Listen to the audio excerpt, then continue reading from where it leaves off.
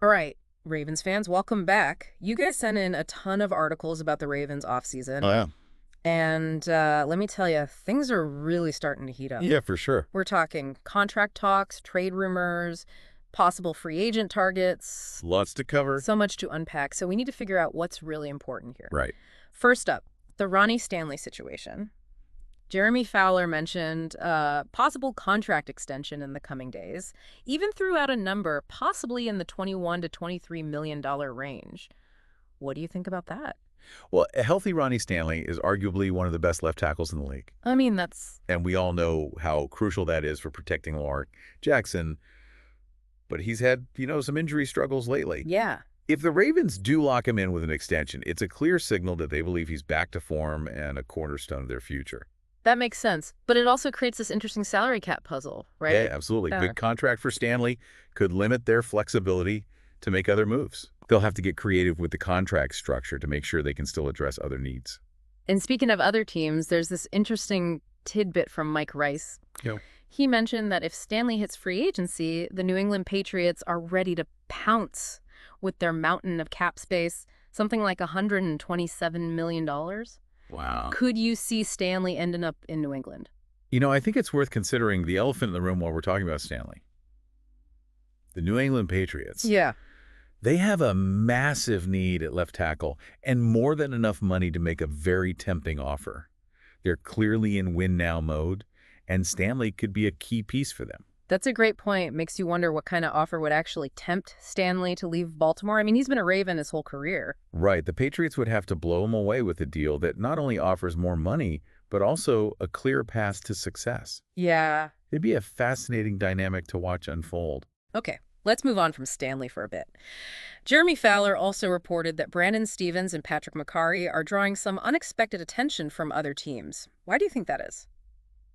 It's interesting because neither of them are superstars, but they both possess qualities that make them valuable. Stevens, for example, is a physical cornerback with a lot of potential.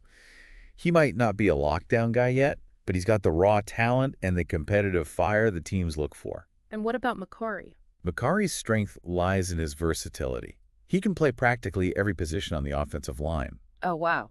That kind of flexibility is a huge asset for any team, especially those with limited roster spots or injury concerns. I see the appeal. Sounds like the Ravens might have some tough decisions to make regarding these two players. Should they hold on to them or consider trading them for assets? What do you think Gary Davenport's suggestion about Tyrann Mathieu tells us about the Ravens' priorities? Well, Davenport's idea of trading for Mathieu definitely caught my eye. The fact that he's even suggesting it speaks volumes about the Ravens' need for a safety. They clearly see that as a position they need to address. Davenport argued that the Saints need to get rid of some big contracts, and Matthews is definitely up there. Would he really be the right fit in Baltimore, though? Some might say he's past his prime. I see the logic there, Right. but I think Mathieu still have a lot to offer. He might not be the all-pro player he once was, but he brings experience, leadership, and a knack for making big plays, particularly in crucial moments. Plus, think about the mentorship he could provide to a young player like Kyle Hamilton. And Matt Sidney from Ebony Bird seems pretty excited about the possibility. He even said DaCosta should make it happen if the deal's on the table. Yeah, understandable why fans would be excited about acquiring a player like Mathieu. Yeah. He's a big name, a proven winner, and someone who could immediately elevate the Ravens' defense. Let's switch gears to Jeff Zrebiec's predictions about the Ravens' own free agents. He seems pretty confident that Patrick Ricard will be back. Ricard is a fan favorite and a key piece of their offensive identity. He's also a Pro Bowler. Right. Both sides seem to want to make it work. So it's likely just a matter of finding a contract that satisfies everyone. Okay, so Ricard's likely staying, but Zrebiec seems less optimistic about Brandon Stevens and Patrick McCarry. He thinks both players might be wearing different jerseys next season. What do you think about that? Well, regarding Stevens, he had a bit of a rough 2024 season. Okay.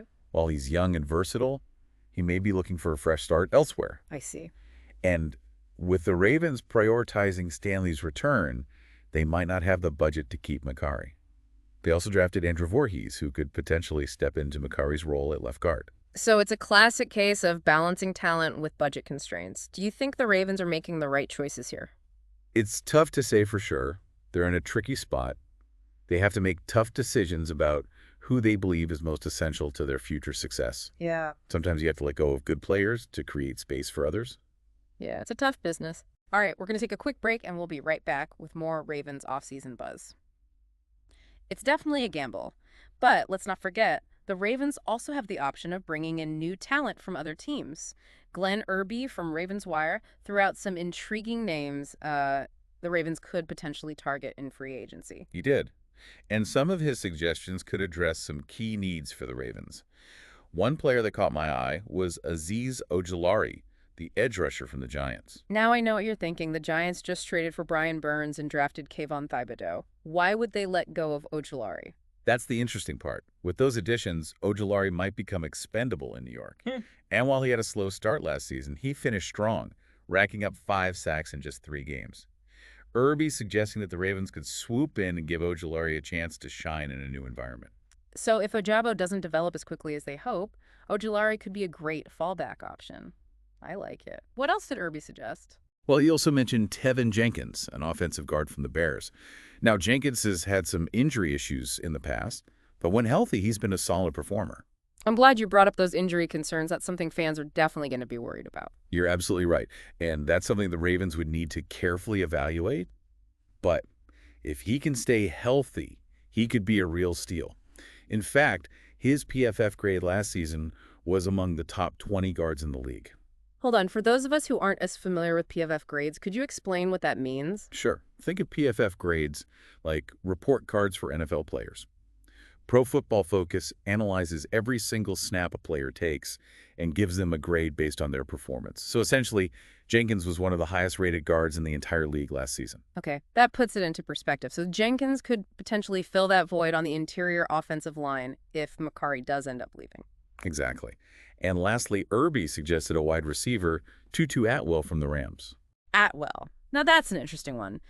He's a speedster who could bring a whole new dimension to the Ravens offense. Right. He's coming off a career year with the Rams, and we know he's familiar with Lamar Jackson from their time together in college. Plus, if you're a Ravens fan who's been craving more explosive plays, Atwell could be the answer. And here's the thing. He doesn't need a ton of targets to make an impact. He can stretch the field, open up space for other receivers, and even take it to the house on any given play. So we've covered a lot of ground.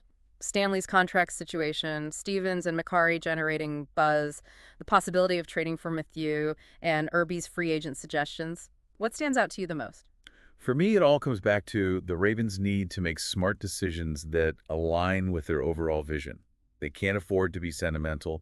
They need to evaluate each player's value, potential, and fit within the team's culture and scheme. It's a high-stakes chess game, isn't it? Trying to balance talent, salary cap constraints, and long-term goals. Exactly. And it's what makes the offseason so fascinating. Are there any moves that you think the Ravens absolutely have to make?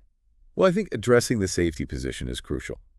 Whether it's through a trade for someone like Mathieu, drafting a young prospect, or signing a free agent, they need to find a reliable partner for Kyle Hamilton. That's going to be a key piece of their defensive puzzle. All right, let's shift our focus to some other potential moves. Jeff Zrebiec also mentioned a few under-the-radar players who could make a difference for the Ravens. He did, and one name that jumped out at me was Kyle Fuller. Kyle Fuller. Now he's a veteran cornerback who's been around the league for a while. Yeah, he has. Spent some time with the Bears and the Broncos. Right. What do you think he could bring to the Ravens? Well, he's not a flashy player by any means, but he's a solid, reliable option in the secondary. He's got great instincts, good ball skills, and he's a sure tackler. He could be a valuable addition to the Ravens' cornerback room, especially with the uncertainty surrounding Stevens. So we've talked about some big names, some under-the-radar players, potential trades, free agent targets. It's a lot to process.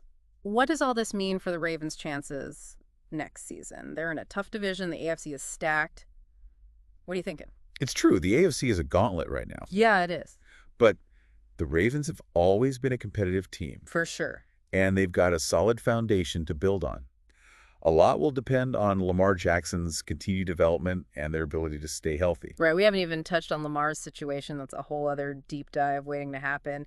But just focusing on these potential offseason moves, do you think they're setting themselves up for success? Well, they're definitely being strategic. They're identifying their needs, exploring all of their options, and making calculated decisions, whether it's re-signing Stanley, bringing in a veteran like Mathieu, or taking a chance on a younger player like Ojulari. They're clearly thinking about both the present and the future. It's fascinating to see how they're approaching this offseason. They're not afraid to make tough choices, and they're not just chasing big names. Right. They're looking for the right pieces to fit their system and their culture. Exactly. And that's what makes them such a consistently competitive team. They have a clear identity and they stick to their plan. So as we wrap up this deep dive, I'm curious to know, what are you most excited to see unfold during the rest of the offseason and heading into next season? Honestly, I'm eager to see how all these potential moves will impact the team's chemistry and dynamic. Will the new additions mesh well with the existing players? Will the young guys step up and make an impact? There are so many exciting possibilities. And how do you think these moves will impact the Ravens' chances in that incredibly competitive AFC? That's the big question, isn't it? The AFC is a battle royale, and every move matters. The Ravens are making smart, calculated decisions, but ultimately their success will depend on execution, health, and a little bit of luck. It's going to be an exciting season, that's for sure. Absolutely. It's a reminder that the NFL offseason is just as exciting as the regular season, full of twists, turns, and endless possibilities. What do you say we revisit this topic in a few months and see how things have shaken out? I'd love that. It'll be Uh-huh. fascinating to see how these decisions play out and what new challenges and opportunities arise. All right, Ravens fans, that wraps up our deep dive into the Ravens offseason buzz. We hope this has given you a better understanding of the team's priorities, their potential moves, and what it all means for their future. Keep those brains buzzing, stay curious, and we'll catch you on our next deep dive.